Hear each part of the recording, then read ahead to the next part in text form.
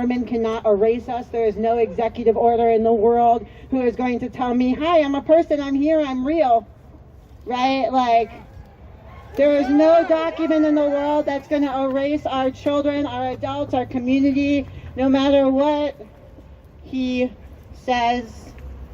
We are here. We're going to continue to show up, and this for us is just step one. Is just step one of action, calls to action, showing up. So thank you again for everyone who is here.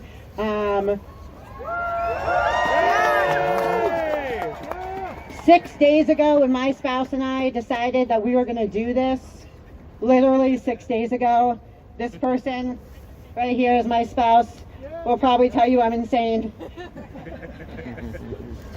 We do not belong to an organization, guys. We're literally two trans people with a trans kid.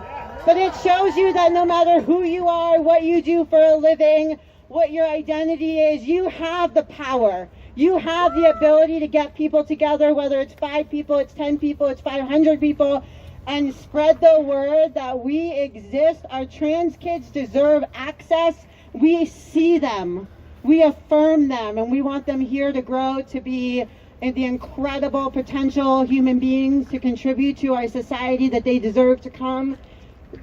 As of this morning, I heard of a 17th trans teen child who completed suicide in the last 2 weeks in our state. So when I say that this is life-saving, just take a second to think about that. I have found out this morning my 17th child who has completed suicide that I know of in the state of Illinois, a sanctuary state, a state that has provided us so much access and care, has lost their life due to this fight, due to the executive orders. When I say that this is life-saving, we deserve access for every single kid and young adult. They deserve to feel safe going to school, to work, to their friend's house, to walk down the streets, and know that they can wear the clothes that make them feel best, use the pronouns that they identify with, that they deserve to just be who they are. We are more than trans. We are more than one part of ourselves, but as a community, we want to make sure that they are affirmed, that they are loved, that they are seen, that they are cared for, because we don't want to lose another kid. We don't want to lose another person from our community. We are here to be as loud as possible, that no matter if these kids who need to be seen are not here, they can look on the news in all of the darkness and see hundreds showed up in downtown Chicago because we care.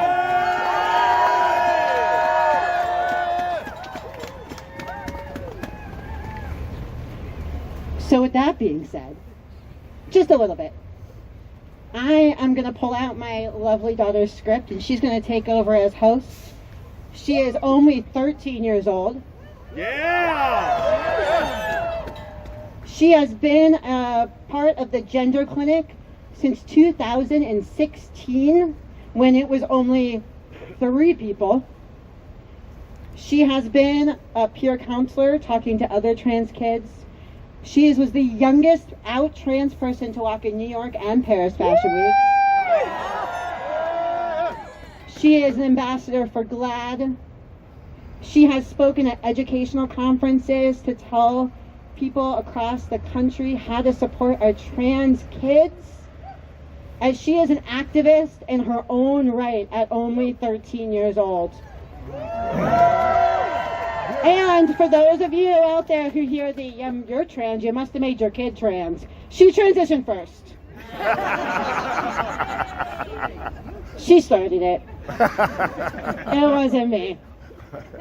I came out as gay in 2001, but you know, she started it. So it's super important that we are centering trans voices. We are hearing our trans kids. So you could hear me talk forever, right? But it's not about me. It's about kids like her, young adults like her.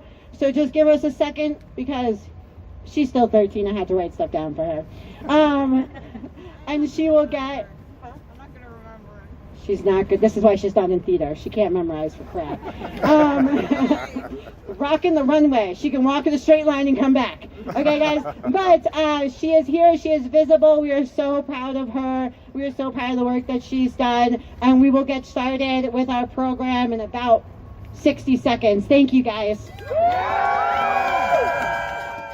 Trans rights are human rights. Trans rights are human rights. Trans rights are human rights. Trans rights are human rights. Trans rights are human rights. Trans rights are human rights. Trans rights are human rights. Trans rights are human rights. Trans rights are human rights. Trans rights are human rights. Trans rights are human rights. Trans rights are human rights. Trans rights are human rights. Trans rights are human rights.